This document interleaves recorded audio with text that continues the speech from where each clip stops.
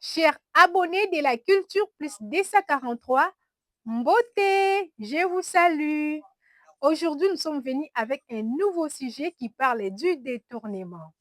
Des détournements, nous allons parler de ses conséquences, des pistes et des solutions pour l'éviter et comment punir toute personne qui tombe dans les détournements. Alors, nous avons invité Maître Kwatango Lokar Fumukoy, avocat près la cour du Kwilu, notable de la commune de Barumbu et analyste politique. Suivez son intervention.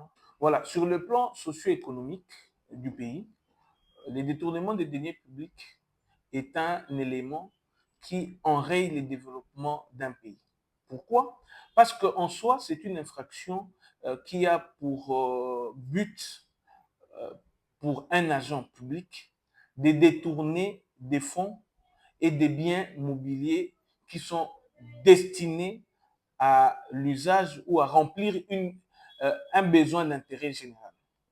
Et que lorsque un agent détourne des deniers ou des biens qui sont destinés à remplir une mission d'intérêt général, donc c'est logique que ça puisse enrayer un processus de développement parce que ça met en mal les projections ou les planifications de la concrétisation des missions d'intérêt général, à la concrétisation d'un planning de développement, parce que vous savez, l'État fonctionne sur base d'une planification qui a pour but soit d'aboutir à une croissance et laquelle croissance tend au développement. Et donc, le détournement des deniers publics, qui est une infraction de droit commun, prévu et réprimé par le Code pénal livre 2, constitue donc un frein. Donc, les détournements constituent un frein au développement et cela a des effets multiplicateurs. Des effets multiplicateurs aussi bien sur le cadre macroéconomique d'un pays que sur le cadre microéconomique en ce qui concerne la population. Parce que lorsque l'État n'arrive pas à satisfaire un besoin d'intérêt général, c'est le peuple et tous les méandres de la vie sociale de la population qui est mis en mal. Mais par ailleurs, en ce qui concerne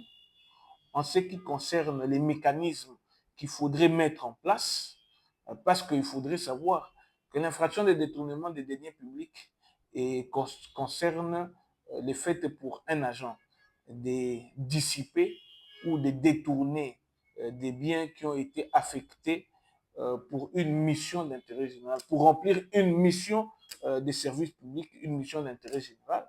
Alors, en termes des mesures à prendre, il faudrait renforcer les contrôles tant sur le plan comptable, parce que à un moment donné, il existe des mécanismes réglementaires qui ont pour but d'encadrer l'ordonnancement, la gestion et la gestion de fonds publics, et que de ce fait, il faudrait renforcer le contrôle de la comptabilité publique, renforcer les contrôles budgétaires, parce que l'État fonctionne sur base des affectations financières qui sont adoptées par les parlements. Il faudrait que ces agents qui ont la mission d'encadrer ou de suivre, d'administrer des questions, d'administrer les deniers publics, les biens publics de l'État, soient contrôlés comme il faut. Il existe des mécanismes de contrôle, il faudrait juste renforcer ces contrôles-là. Et aussi, euh, euh, il faudrait, sur les plans juridiques et judiciaires, euh, qu'il y ait une sévérité face à ces agents qui se donnent dans la manipulation ou le détournement des fonds publics, qui commettent ces infractions-là de détournement des deniers publics. Il faudrait que la justice fasse son travail comme il faut. Il ne faudrait pas qu'on puisse assister à des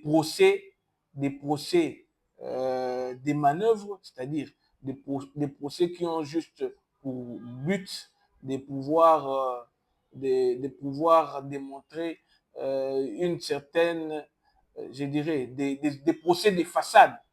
Il faudrait vraiment que la justice fasse son travail.